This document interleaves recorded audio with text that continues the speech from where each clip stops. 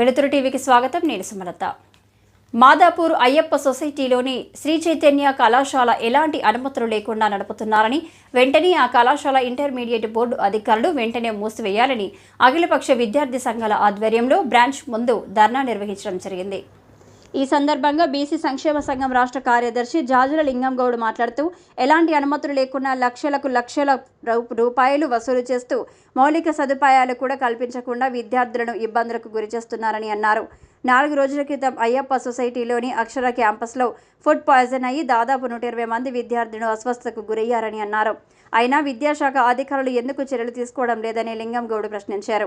అనంతరం ధర్నా చేస్తున్న విద్యార్థులను బలవంతంగా అరెస్టు చేసి మాదాపూర్ పోలీస్ స్టేషన్కి తరలించారు.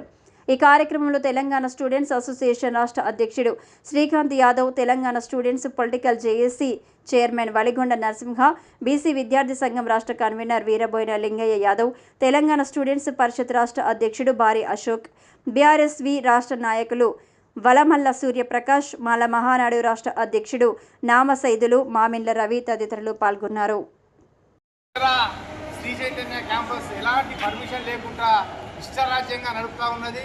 ఈరోజు తెలంగాణ ప్రాంతంలో కార్పొరేట్ విద్యా సంస్థల యొక్క ఈరోజు మొన్నటికి మొన్న 2 రోజుల క్రితం 100 మంది విద్యార్థులు చాలా అస్వస్థకు గురైనారు. ఈరోజు జిహెచ్ఎంసీ కూడా ఫుడ్ పాయిజన్ అయ్యి 2 లక్షల పర్మిషన్ వాళ్ళ మీద ఫైన్ వేయడం జరిగింది. ఇప్పుడే చెప్తా ఉన్నాం, ఖచ్చితంగా ఉస్మానియా యూనివర్సిటీ విద్యార్థి సంఘాల తరఫున ఈ యొక్క శ్రీ చైతన్య కళాశాలను రద్దు చేసే వరకు పోరాడతామని హెచ్చరిస్తా ఉన్నాం.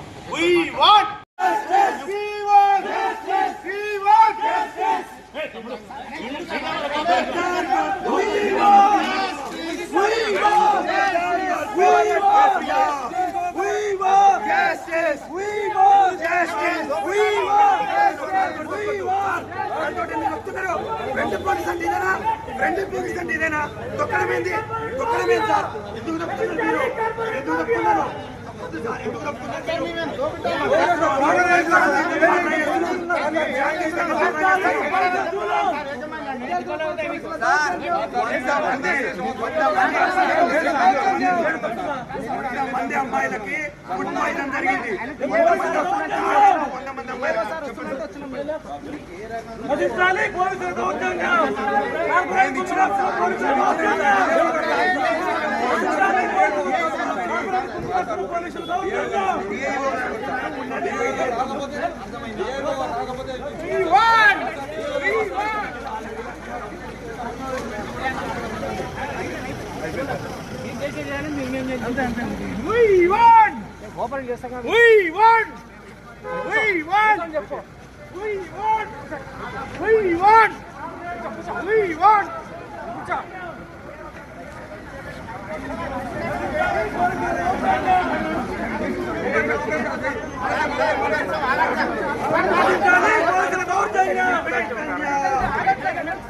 మూసివేయాలి, అనుమతులు లేవు శ్రీ చైతన్య కాలేజీ.